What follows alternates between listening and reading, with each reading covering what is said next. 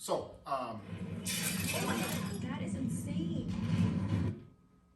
so your safety plan that's been put together for your building today says that if the alarms sound, you should stay in your unit unless it's your unit that is, having the issue. So if the fire is in your room, obviously we want you to get out and come to a common space. Come here, come out on the patio, something like that. But make sure you make contact with us and let us know that everybody's out of that unit and is accounted for and okay. If it's not your unit, again, sheltering in place is one of our best options. If you take a fire at 2 in the morning, how confident are you that you can get rousted out of bed, maybe grab a couple of things? We don't advocate for that, but you're likely gonna grab your phone, keys, that kind of stuff, come off the 3rd floor and get all the way out. So again, that's the importance of why we do that. Yeah. Does living on the 1st floor also help with your patio door? Yeah, I mean, if you've got a patio door, you have the opportunity to sneak out on that end, but obviously 2nd, 3rd floor folks don't have that luxury. Now, where we're very fortunate, what you saw here was in a single family home setup, and it doesn't have fire sprinklers. So unless there's a catastrophic failure of the fire sprinkler system, which is extremely, extremely rare, we should never see a fire that violent in one of these facilities. So again, just something to think about when it comes to why we're starting to advocate for sheltering in place. And like I said earlier, Julie's given us a list of folks that need additional assistance, exiting the building if it gets to that point. So, and that's where we would utilize the elevator and come get you and escort you out. So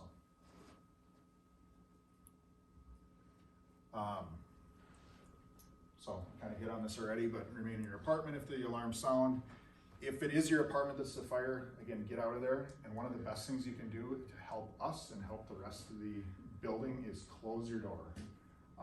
If there is a fire in your unit, closing that door may choke that fire off enough, cut off its oxygen path or its oxygen supply, and really keep it confined in there, and prevent any of that smoke and stuff from getting out into the corridor. So if you're the one evacuating, just pull that door shut behind you. And then, like I said, evacuation location. So if you're coming here, come to the front to greet us, let us know that you're okay. Pretty important. So, and then I want to hit a little bit on also your severe weather plan for your building. So we're getting back into severe weather time, although I don't know if we ever left since we had our first tornado in Minnesota in December. So again, a watch versus a warning. So a watch means conditions are favorable for bad weather to develop. A warning is the bad weather's here and it's coming. So that's when we start to take action. The fire department manages the entire outdoor siren network for the city of Victoria. So there's currently 5 outdoor warning sirens. I get a phone call or multiple phone calls every year. I can't hear the sirens in my house, and that's a good thing. They're outdoor warning sirens. So they're meant to notify people that are outside. So if they're in a park, out for a walk, that kind of stuff, that bad weather is coming. They're not meant to notify people inside locations. Our severe weather sirens sound if we go under a tornado warning, or if we have a severe thunderstorm warning with winds in excess of 70 miles an hour. That's when you'll hear the siren sound. With the exception of the first Wednesday of every month at 1 o'clock, they do a test. You've got one right across the field here in the park, so it should be nice and close to be able to hear that. I was just gonna say, I don't think we have any problem hearing those. Yeah. It's so loud.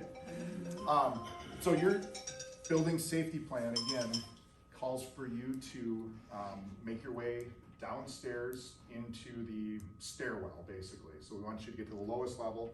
And that stairwell is really kind of a core structure of the building, how they construct those. That's about one of the safest spots you can be. So again, if that tornado warning is in effect, we want you to get down into that area. For those that maybe can't for various reasons, the best thing you can do then is somewhere within your unit, get into a room that doesn't have windows, crawl into the bathtub or something like that. But making sure that we're staying away from windows is the best, because that's where people get injured, is that flying debris and can hurt. How about going into the garage? Like in these units or No, here. or down? Yeah, underground garage. Yeah, I mean, you could do that if that stairwell is getting too congested, Mhm. but, you know, if you do that, I would stay away from the end where like the door is and Mhm. that, so.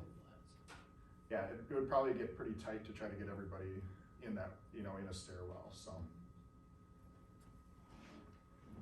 So, that is what I have for this evening. What questions can I answer?